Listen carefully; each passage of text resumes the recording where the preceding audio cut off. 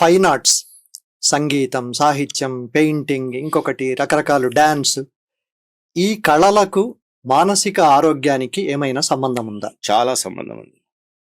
ఒక విధంగా చెప్పాలంటే సంగీతము, సాహిత్యం ఇవన్నీ కూడా నేను నేను అందుకనే ఈ ఆత్రేయ మనసు పాటలు కానీ ఇవన్నీ చాలా చేశాను. అంటే సాహిత్యము, సంగీతం ఇవన్నీ కూడా మనిషికి మనసుకు ఆహ్లాదాన్ని కలిగిస్తాయి. హ్యుమానిటీస్, నేను అందుకే ఈ మధ్య కూడా కాన్ఫరెన్స్లో ఆ మధ్య లెక్చర్ కూడా ఇచ్చాను. అంటే ఏంటంటే మీరు మెడిసిన్ అనేది ఒక సైన్స్, చాలా వరకు సైన్సే కదా. కానీ ఆ సైన్స్ మంచి డాక్టర్ కావాలంటే మీరు సైన్స్ ఒకటే కాదు, ఆర్ట్ కూడా ఉండాలి. ఇప్పుడు ఎంతమంది చాలా మంది చూడండి, ఒకే ఎంబీబీఎస్ ఒకే ఎండి చదివిన డాక్టర్లు ఒకటి బాగా సక్సెస్లో, ఒకటేమో పేషెంట్లు కూడా ఉండరు. ఆయన ఎందుకంటే ఆయన హస్తవాసి అంటారు. హస్తవాసి ఏమి లేదు, అందరూ అదే మందులే వాడతారు. అదే ఏంటంటే the way he communicates, the way he talks, the way he impresses, the way he convinces ఆ డాక్టర్. ఇవన్నీ ఎలా వస్తాయి? ఎంబీబీఎస్లో చెప్పరు, ఇవన్నీ ఎండీలో చెప్పరు.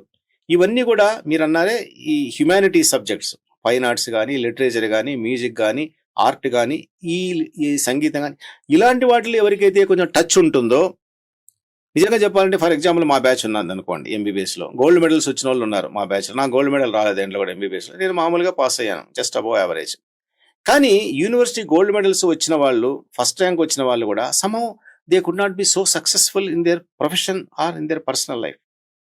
కానీ మామూలుగా పాస్ అయిన వాళ్ళు, నేనని కాదు జనరల్గా చాలా మంది చెప్తున్నాను, అలాంటి వాళ్ళు లైఫ్లో బాగా సక్సెస్. అది ఎందుకు అంటే మిగతా విషయాలు ఎక్కడో వాళ్ళది సంథింగ్ ఈజ్ డిఫరెంట్. ఈ హ్యుమానిటీస్తో కొంచెం లిటరేచర్ పైన కానీ, ఆర్ట్ పైన కానీ, ఇలాంటి వాటిపైన, సాహిత్యం మీద కానీ, సంగీతం ఉన్న వాళ్ళే, ఎందుకంటే ఆటోమేటిక్గా తెలియకుండానే they will become better doctors, better therapist, better human beings also. వాళ్ళలో హ్యూమన్ ఎమోషన్స్ అర్థం చేసుకోవడము. అంటే మనకు అకాడమిక్ ఇంటెలిజెన్సే కాదు, ఇప్పుడు మ్యాథమెటిక్స్లో 100కి 100 రావచ్చు, అది క్రైటీరియా కాదు. కానీ మ్యాథమెటిక్స్లో మీకు 100కి 50 ఇచ్చినా పర్లేదు. కానీ emotional intelligence is more important than academic intelligence. Emotional intelligence అంటే ఏంటి? భావోద్వేగాలను కంట్రోల్ చేసుకోవడం, నలుగురితో ఎలా బిహేవ్ చేయాలి, ఎలా అడ్జస్ట్ కావాలి, ఎలా మాట్లాడాలి, కోపం ఇచ్చినా ఎలా కంట్రోల్ చేసుకోవాలి, సంతోషం అధికంగా వచ్చినా ఎలా దాన్ని తమాయించుకోవాలి.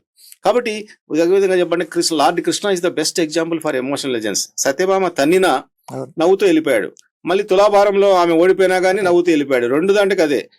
లేకపోతే మామూలు హస్బెండ్ ఏం చేస్తాడు, కాలుతో గిట్టు తన్నేవాడు 4 తనలు, తనలేదు కదా.